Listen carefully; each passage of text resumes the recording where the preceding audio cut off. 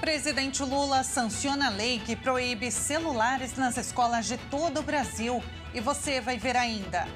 Lula apresenta programa de incentivo à docência e à formação de novos profissionais da educação. E ainda, depois de 5 meses presa sem provas, mulher acusada de envenenar crianças no Piauí deixa a cadeia. Essas e outras notícias você confere a partir de agora. Olá, bom dia para você, 11h31. Seja muito bem-vindo ao Redação Hit, edição manhã. Hoje é terça-feira, dia 14 de janeiro de 2025. E como sempre, chegamos ao vivo com as principais notícias do dia. O presidente Luiz Inácio Lula da Silva sancionou sem vetos o projeto que limita o uso de celulares nas escolas públicas e privadas de todo o país. A medida aprovada em dezembro na Câmara e no Senado Federal estabelece regras e limites para a utilização de smartphones ou qualquer outro dispositivo eletrônico ligado à internet. Vamos ver. O projeto sancionado nesta segunda-feira proíbe os alunos da educação infantil e dos ensinos fundamental e médio de usarem celulares, tablets e relógios inteligentes durante a aula, no recreio ou nos intervalos. O estudante poderá levar o aparelho na mochila, que só poderá ser utilizado para garantir acessibilidade e condições de saúde. Segundo o projeto, os celulares poderão ser acessados para fins estritamente pedagógicos ou didáticos, ou situações de perigo, necessidade ou força maior. O presidente Luiz Inácio Lula da Silva falou da coragem dos deputados em defesa das crianças e dos adolescentes do país. Essa sanção aqui que eu vou fazer significa o reconhecimento do trabalho de todas as pessoas sérias que cuidam da educação, de todas as pessoas que querem cuidar das crianças e dos adolescentes desse país. Porque eu muitas vezes imaginei que os deputados e as deputadas não iam ter coragem de aprovar essa lei com medo da internet. Porque hoje o deputado, a deputada, para votar uma coisa, ele fica pensando quantos minutos eu vou apanhar na internet, quantas pessoas vão se engajar falando mal de mim. Então isso aqui foi um ato de coragem, de cidadania e um ato de respeito ao futuro desse país. Portanto, é com muito orgulho que eu vou sancionar a lei. Muito bem. O Estado de São Paulo foi o primeiro a aprovar uma lei de teor semelhante. No caso das escolas paulistas, a legislação é mais clara sobre o armazenamento dos aparelhos. Devem ser guardados de forma que os alunos não tenham acesso a eles, o que descarta mochilas e armários individuais. No caso do projeto de lei nacional, não existe determinação específica para o armazenamento dos equipamentos. Esse detalhe poderá ser resolvido por meio de regulamentação nacional posterior ou por meio de legislações locais. De acordo com o projeto, as escolas deverão alertar os alunos sobre o sofrimento psíquico causado pelo excesso de telas e pela nomofobia digital ou medo de ficar longe do celular. O ministro da Educação, Camilo Santana, trouxe dados do uso do celular por faixa etária de crianças e adolescentes e agradeceu por sancionar uma lei que restringe o uso do celular nas escolas, onde crianças perderam a convivência e a interação com outras pessoas dentro das escolas e dentro de casa. Hoje nós estamos sancionando a lei que ela restringe e proíbe o uso de celular em sala de aula para uso pessoal. Eu pergunto assim, qual é o pai, qual é a mãe que quer que o seu filho esteja lá dentro da sala de aula, na hora da matemática, com o celular na carteira, olhando lá a mensagem do WhatsApp, do TikTok? Isso não existe. Então, o que nós estamos claramente dizendo é que nós queremos que o uso desse equipamento celular, o que está acontecendo em muitos países no mundo inteiro, é que só pode ser utilizado em sala de aula para fins pedagógicos, naquela disciplina e sob a orientação do professor e da professora. O uso excessivo do celular tem reduzido a capacidade de raciocínio, a capacidade de atenção. As crianças ficam muito introspectivas, ela e a tela e ela. Não é um instrumento que tenha favorecido a educação e a construção pedagógica do conhecimento. Pelo contrário, tem dificultado de acordo com especialistas educacionais. Bom, pais, alunos, Alunos, não todos, né? Mas professores, todo mundo é unânime nesse assunto quando se trata de proibição de celulares nas escolas. E por isso nós vamos conversar agora com a mestra e doutora em Psicologia e Desenvolvimento Humano pela USP, professora doutora Joana Dark Sakai. Bom dia, doutora. Seja muito bem-vinda ao jornalismo da Rede TV. Bom dia. É um prazer estar aqui. Doutora, é sabido, né, que o excesso das telas causa alterações no sono. Tem inúmeras pesquisas falando ainda sobre aumento no risco de obesidade, o sedentarismo. Muito tem se falado também sobre transtornos de saúde mental, como ansiedade, depressão, problemas comportamentais. Na infância e na adolescência, na sua análise, qual é a expectativa a curto e longo prazo dessa medida aprovada? A curto prazo vai dar um trabalhão importante e necessário. Por quê? Porque as pessoas envolvidas terão que se reconectar para poder estar nessa nova realidade.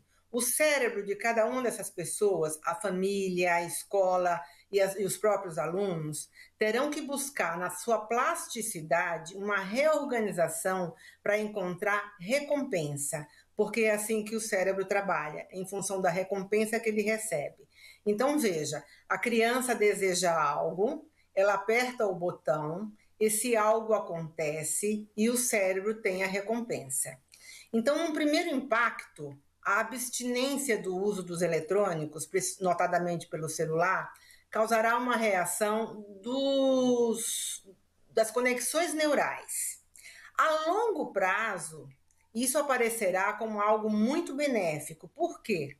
Porque essas mesmas conexões neurais serão mais ativadas e serão mais implementadas por conta das trocas interpessoais.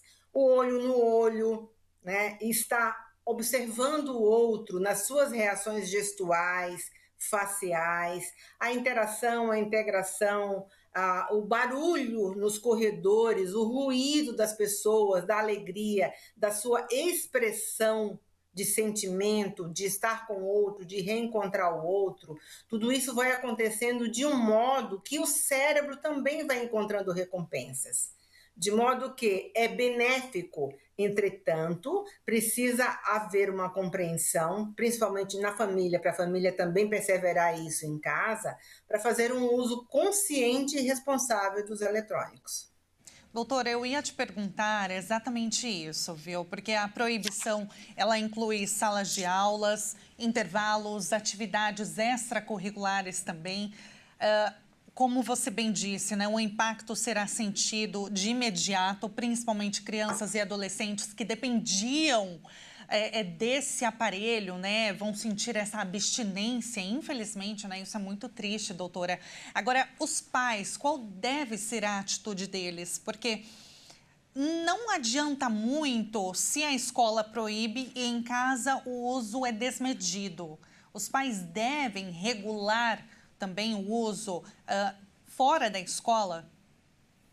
Os pais precisam ser coerentes com aquilo que a escola já executa. E essa coerência não é somente falar das regras, das instruções e dos limites. É também atuar, é também ser exemplo, para que as crianças consigam encontrar uma coerência entre a fala e a ação. Então, os pais também precisam ter esse preparo, que de alguma forma deverá ser dado, ou pela escola, ou por algum profissional, por alguém que possa levar a eles a importância, de novo, do uso consciente e do uso responsável do celular, para que a criança possa se espelhar na atitude do adulto, notadamente dos seus pais, dos seus professores, de que é assim que todos procederão daqui para frente, né? Porque há um tempo para cada faixa etária de uso dos eletrônicos diariamente. E esse tempo precisa ser respeitado. E se os pais têm uma ação conjunta com aquilo que a escola está pregando, fica tudo mais fácil para todo mundo, principalmente para as crianças e adolescentes. Então, essa medida, ela pode acabar até mesmo educando os pais, né, professora, para que eles se sintam também parte dessa medida e deem um exemplo para os filhos, né? Você comentou, doutora, sobre o uso diário. Tem um horário exato, um tempo ideal para o uso das telas? E uma outra pergunta que eu quero emendar com relação à idade. Qual seria a idade ideal para dar um celular para um adolescente ou criança? O ideal é que até os 6 anos seja 0 telas, 0 celular, né? Embora já tenha outra corrente que diz que a partir dos 2 anos, já pode dar meia hora por dia, né? Eu sou da corrente que até os 6 anos, o que a criança precisa é ter o contato íntimo, direto, pessoal, dirigido, olho no olho. Por quê? Essa primeira infância, que acontece do 0 aos 5, é muito importante para ela entender-se no mundo. E esse entendimento precisa ser o mais adaptado e o mais claro possível. No celular, tudo vem muito mastigado e vem múltiplas informações, múltiplos vídeos, múltiplas imagens. Uma criança, né, toda criança está em formação, que recebe tudo isso de uma vez só, de uma vez maciça, num tempo muito grande, ela se desconecta com o mundo. Por quê? Porque ela recebe tudo muito pronto, tudo muito mastigado, tudo muito automatizado. E essa multiplicidade de estímulos não dá uma reação boa no cérebro, até porque continua sendo virtual. E o que é mais importante é a fala direta, é o falar e o escutar, é o olhar no olho, é o tocar, é o reagir. E aí entra a questão da sociabilidade, né, doutora? Qual que é a importância das crianças e dos adolescentes também, que vão ser impactados, né, por essa medida, de terem de volta essa socialização, olho no olho, o intervalo para que possam sentir tédio, se tiver que sentir tédio, de brincar, de conversar, de voltar a ter esse momento entre eles? Pois é, o isolamento social, a pandemia já veio provar para nós o quanto é ruim para todo mundo, né? A gente diminui o vocabulário, a criança ainda mais, porque ela está aprendendo, né? Diminui a reação, diminuindo a reação, torna-se mais inseguro, porque fica com medo de ir ao mundo, o que esse mundo vai me mostrar, a provocação da ansiedade e até da tristeza, porque ela se basta tanto no quarto dela, num lugar isolado com o aparelho, que estar com o outro é tão desafiador que ela não quer estar com o outro, né? E, consequentemente, as conexões não acontecem. E não acontecendo, há todo um prejuízo das habilidades sociais, que são muito importantes.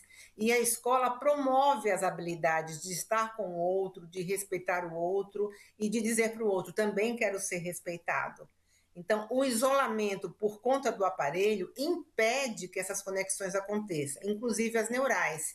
E aí o cérebro em desuso tende a ficar tão apagadinho, né, que ele prejudica todas as aprendizagens que virão. E na escola, notadamente a pedagógica, fica com baixo rendimento, né, fica com uma timidez, fica suscetível ao cyberbullying e assim sucessivamente.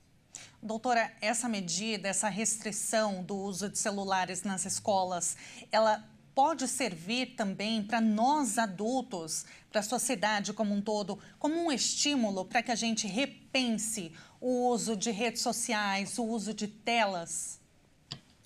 O adulto inteligente também deveria se apegar a uma proibição por lei. Veja, né? Muitas vezes a criança pede que ela seja proibida efetivamente.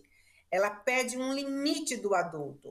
E aí, no caso da sua pergunta, o próprio adulto também, muitas vezes, precisa de um limite por lei para ele se reorganizar, porque ele não está dando conta, porque, de fato, o cérebro fica viciado. A dopamina, que é o hormônio do prazer, o hormônio do bem-estar, fica pedindo a ele mais e mais recompensa.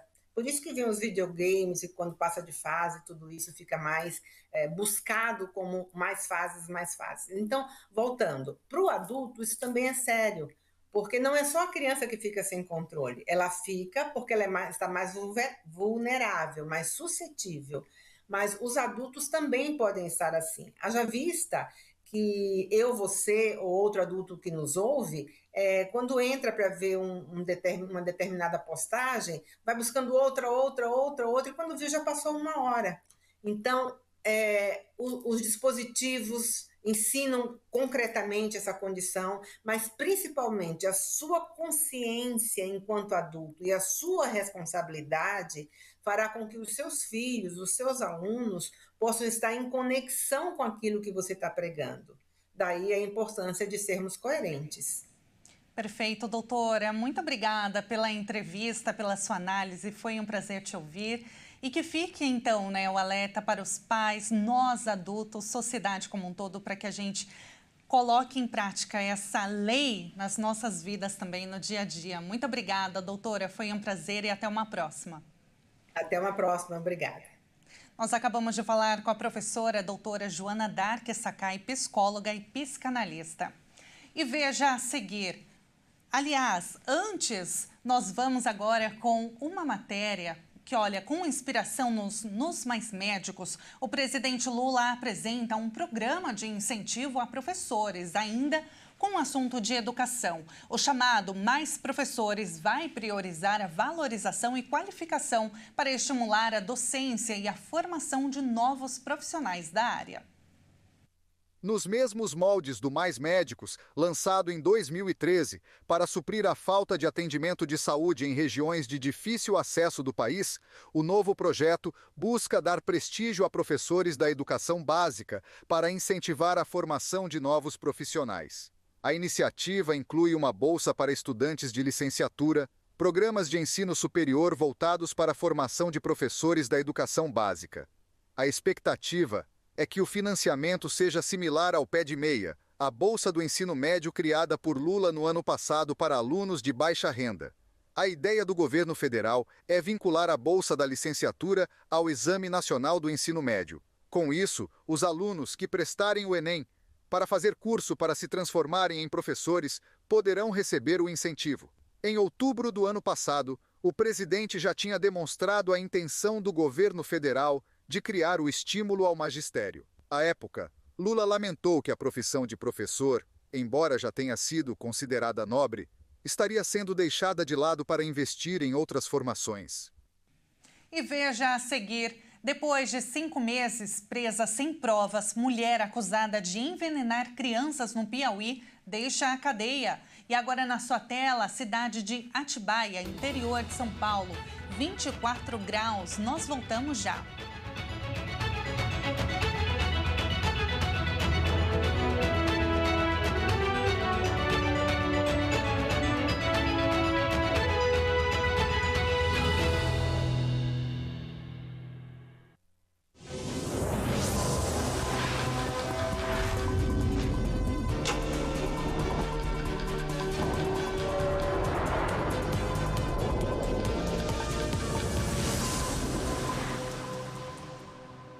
E nós estamos de volta agora pelo horário de Brasília, 11 horas e 51 minutos. Depois de 5 meses, uma mulher acusada injustamente de envenenar crianças no Piauí deixou a cadeia. Lucélia Maria da Conceição Silva foi solta após a divulgação de um novo laudo que provocou, uma reviravolta nas investigações. A Justiça do Piauí libertou a mulher acusada injustamente de ter envenenado 2 crianças em Parnaíba. 5 meses depois das mortes, um laudo novo provocou uma reviravolta nas investigações. Lucélia Maria da Conceição Silva, de 53 anos, estava presa desde agosto do ano passado. Na época, a polícia encontrou na casa dela um veneno de rato, mesma substância presente no organismo dos irmãos de 7 e 8 anos. As crianças costumavam invadir o quintal para pegar cajus, mas um laudo da polícia científica, que só saiu agora, 5 meses depois da morte das crianças, apontou que nos cajus consumidos pelos meninos não havia nenhum tipo de veneno. A partir dessa informação, o Ministério Público pediu a revogação da prisão de Lucélia e determinou que a polícia retomasse as investigações do caso. A polícia retomou as investigações após outros 5 integrantes da mesma família serem envenenados no almoço do Ano Novo, com a mesma substância que matou os 2 meninos. A mãe deles, Maria Francisca, um irmão e outros 2 filhos morreram após comer arroz envenenado. Outra criança de 4 anos continua em estado grave. Agora, a polícia aponta como suspeito desse envenenamento coletivo Francisco de Assis Pereira da Costa. Ele era padrasto da mãe dos meninos. Em depoimento à polícia, o homem disse que não gostava dos enteados. A polícia suspeita que Francisco também seja o autor das 2 primeiras mortes. O governador de Minas Gerais, Romeu Zema, vistoriou áreas que sofreram com deslizamentos provocados pelas fortes chuvas que atingiram o Vale do Aço. Pelo menos 11 pessoas morreram em razão da tragédia. E a Prefeitura de Ipatinga decretou luto oficial de 3 dias. Cerca de 220 pessoas estão desabrigadas e desalojadas, segundo o governo estadual, que vai avaliar ainda hoje um possível benefício para a população. E nesta edição nós vamos conhecer agora a Tanzânia, para mudar um pouquinho de assunto e deixar o jornal muito mais leve. Vamos conhecer o país que fica no continente africano. Vamos ver. Conhecida por suas vastas áreas selvagens, a Tanzânia é um país na África Oriental que inclui 3 das 7 maravilhas da natureza africana. O Monte Kilimanjaro, que é o mais alto do continente. O Parque Nacional de Serengeti, que apresenta a grande migração de antílopes e a maior cratera vulcânica inativa do mundo. Por reunir tantas espécies de animais, a Tanzânia é conhecida como Jardim do Éden da África.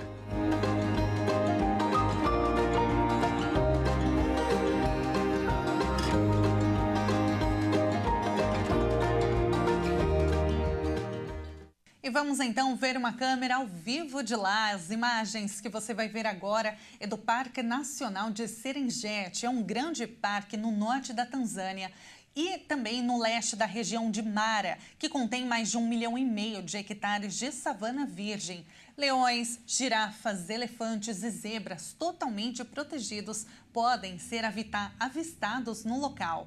A região também é considerada o berço da humanidade desde o século XX. Isso porque no local foram descobertos os restos mortais e pegadas dos que seriam os primeiros humanos. E assim encerramos esta edição. Muito obrigada pela sua companhia. Uma excelente terça-feira para você e até mais.